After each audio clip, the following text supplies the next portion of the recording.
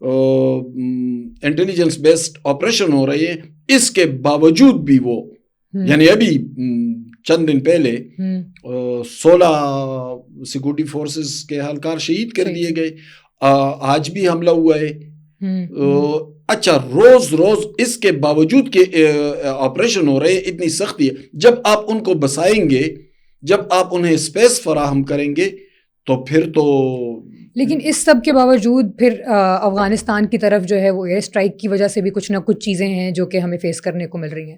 تو آپ کو لگتا ہے کہ ریلیٹ کر رہی ہیں آپس میں یہ چیزیں؟ دیکھیں, افغانستان کے ساتھ کچھ مسائل تو ہیں, یعنی ہم تو اس سے ڈائریکٹ گزشتہ 40-45 سال سے متاثر ہیں. یعنی وہاں پہ جب روس کی مداخلت ہوئی 1979 میں اور 50 لاکھ مہاجرین بارڈر کراس کر کے آئے, تو الٹیمیٹلی اس کے اثرات تو آنے تھے اور ہر حوالے سے آنے تھے, اور پھر روز روز پشاور میں دھماکے بھی ہوتے رہے. یہ میں ارلی 80s کی بات کر رہا ہوں, اور وہ سلسلہ ابھی تک کہیں نہ کہیں چل رہا ہے. تو اس کے اثرات تو آئیں گے, اس میں تو کوئی شبہ نہیں ہے. اور ان اثرات کو زیادہ تر بھگتا بھی پختونوں نے جو بارڈر کے ساتھ ساتھ ہیں.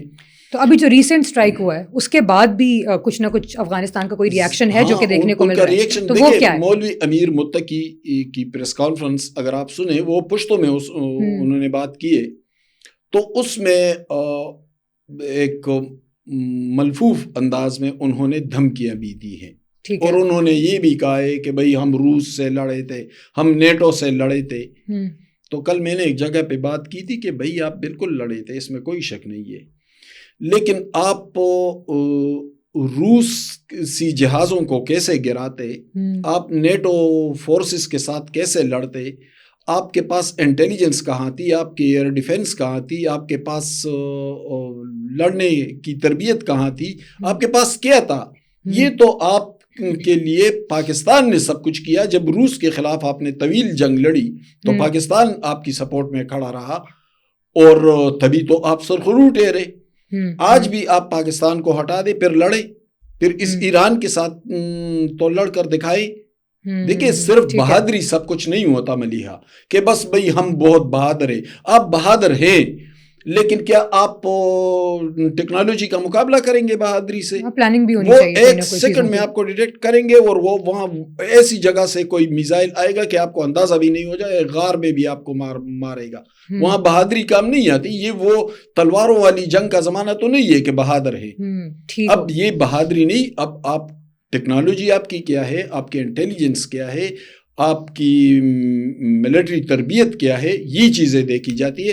اور یہ اس لیے آپ سرخرو ٹھہرے کہ پاکستان آپ کی پشت پر کھڑا. اچھا حماد صاحب, ایک اور چیز میں یہاں پہ پوچھنا چاہوں گی, وہ یہ کہ یہ DJISPR کی جو کانفرنس ہوئی, ٹھیک ہے, اس میں انہوں نے کافی ساری ایسی باتیں کی. اس کے بعد پھر یہ افغانستان پہ جو ایئر اسٹرائک ہوا, اس پہ یہ سب چیزیں چل رہی ہیں. دوسری طرف اگر ہم لوگ دیکھ رہے ہیں تو PTI کا اور گورنمنٹ کا, دونوں کا وہ بھی چل رہا ہے, مذاکرات بھی چل رہے ہیں. تو آپ کو لگتا ہے کہ ان مذاکرات کا کوئی رزلٹ نکل پائے گا ان سب چیزوں کے باوجود, یا کوئی کسی اینڈ اس پہ پہنچیں گے مذاکرات, یعنی کوئی حل نکلے گا, کوئی ڈیل ہوگی؟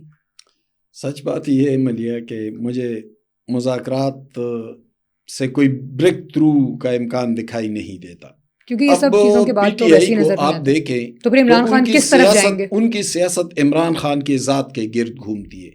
عمران خان غلطیوں پر غلطیاں کرتے چلے جا رہے ہیں. ان کی سوچ انتہائی غیر سیاسی ہے, ان کا رویہ بہت حد تک فاشسٹ ہے. وہ سعودی عرب میں مکہ اور مدینہ میں بھی جلوس نکالتے ہیں, وہ IMF کو خطوط بھی لکھتے ہیں, وہ IMF کے سامنے مظاہرہ بھی کرتے ہیں, وہ پاکستان کو سری لنکا بنانے کی بات, اور پھر بھی ان کے ذات کے گرد یہ سیاست گھوم رہی ہے.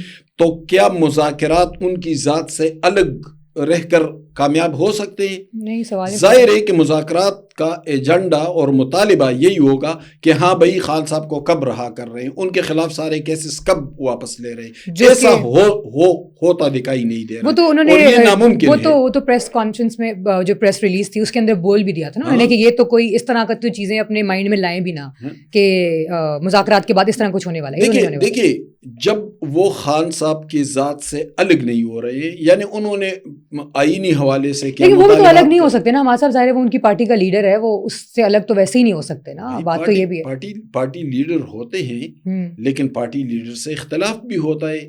یہ ایک جمہوری جماعت کا، یہ کوئی ملٹری ڈکٹیٹر تو نہیں ہے نا عمران خان. اگر وہ ایک سیاسی جماعت کے سربراہ ہیں تو پھر انہیں دوسروں کی بات بھی سننی چاہیے.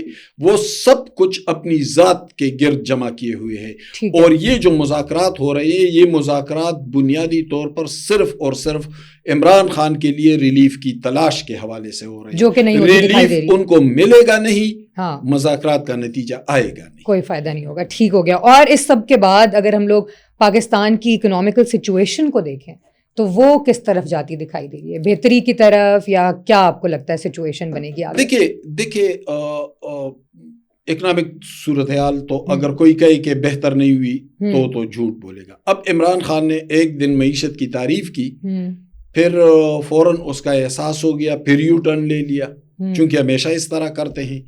بھائی آپ کیسے نہیں مانیں گے کہ 2024 میں جب یہ حکومت نہیں بنی تھی تو آپ کا سٹاک ایکسچینج 64,000 پہ تھا، آج اس کے تقریباً ڈبل پہنچ چکا ہے، 1,13,000 پر ٹریڈ کر رہا ہے. تو بہتری تو آئی ہے. اور پاکستان نہیں، دوسرے ملک عالمی ادارے بتا رہے ہیں کہ وہ ایشیا کی تیز ترین ترقی کرنے والے سٹاک ایکسچینج میں سے ہے پاکستان.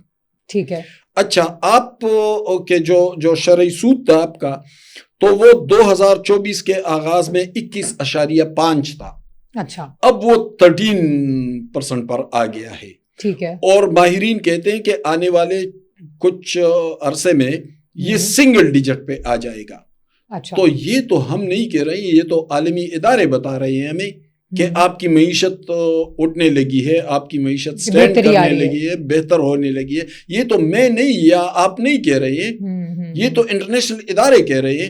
تو دیکھیں، معاشی طور پر پاکستان یقیناً مستحکم ہے نہیں، لیکن استحکام کی طرف بڑھ تو رہا ہے، وہ تو سب کچھ سامنے ہے. ٹھیک ہو گیا. چلیں، سو بہت شکریہ حماد صاحب آپ کے وقت کا.